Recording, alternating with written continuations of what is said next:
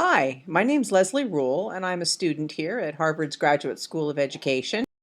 And I want to tell you a story. On one level, it's about dogs, dropouts, and an invisible hand. Each of those three topics are part of a larger system. And those larger systems, education, capitalism, and dog-human interaction, have led to very serious systemic problems.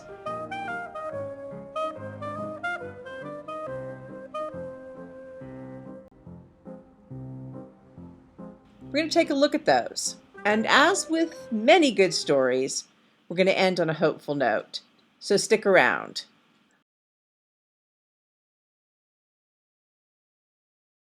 None shall pass.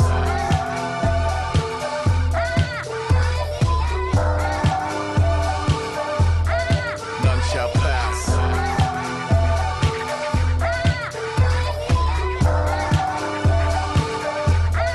None shall pass. None shall pass.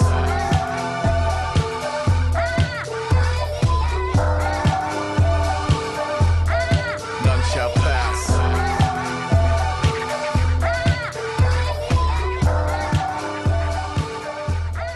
Another mind-boggling statistic. 1 out of every 100 American adults is incarcerated, in jail, right now. Try to figure out what that costs, and then realize that 75% of inmates are dropouts.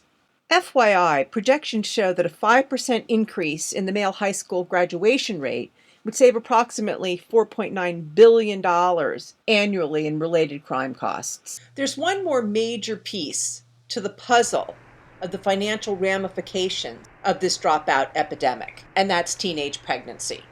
So young female dropouts are 9 times more likely to become single mothers. How does that affect your wallet? Well, $10.9 billion is the cost to taxpayers of teenage childbearing in the United States annually. Those costs are pretty equally divided between increased public sector healthcare costs, increased child welfare costs, and increased costs of incarceration. As if that weren't enough, the cycle is set to start all over again because the children of teen mothers are much more likely to drop out. Of course, this doesn't mean that all high school dropouts are destined to be any one thing or end up in any one place. It is not certain, just like it is not certain that every drop of water will be swept into this inverted fountain.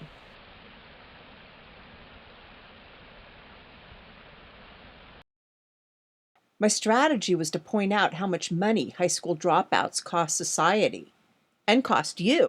I was under the mistaken impression that the only way I could get people to care about the dropout problem was to really invoke this idea of the invisible hand. Adam Smith, a Scottish philosopher and the father of classical economics, writing in the 1770s, came up with a notion of the invisible hand. This notion posits that there is an invisible hand that self-regulates financial markets. Therefore, there's no need for government intervention. Markets will be governed by enlightened self-interest. Needless to say, the operative word here is enlightened. While capitalism might be based on self-interest and competition, we as human beings are not. Are you hardwired to care about commodities and consumption and profit? It's a truism that you see what you're looking for. When I look, I see the other hand, the hand that offers help. I see people who volunteer. I see public interest lawyers. I see doctors and nurses without borders. I see 85-year-old people who still show up to protest what they consider to be wrong, to give voice to dissent. I see wickedly smart MIT students who head down to the Louisiana coast to show concerned citizens how to launch balloon-mounted cameras so they can document the environmental impact of an oil spill. I see people who do things because they need to be done, not because they're going to be paid for it. That is capitalism's systemic problem. Perhaps a pithy aphorism by Oscar Wilde is most appropriate here. You know the price of everything and the value of nothing.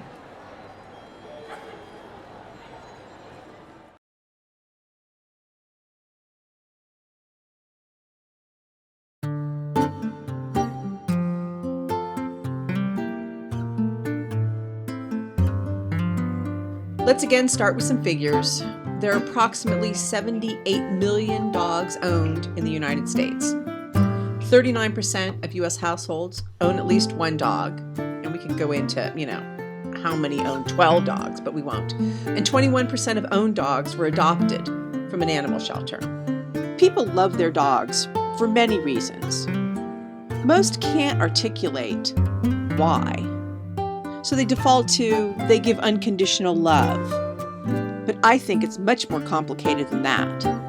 I think dogs, and cats too, allow us to be better than we are. Kinder, gentler, happy, more joyous, more compassionate, better than we are. In this first part of the 21st century, when life is so stress-filled, dogs allow us to show our love, and they accept it with joy. I contend it's a near perfect embodiment of that kind of giving that we talked about in the previous segment, that the other hand does.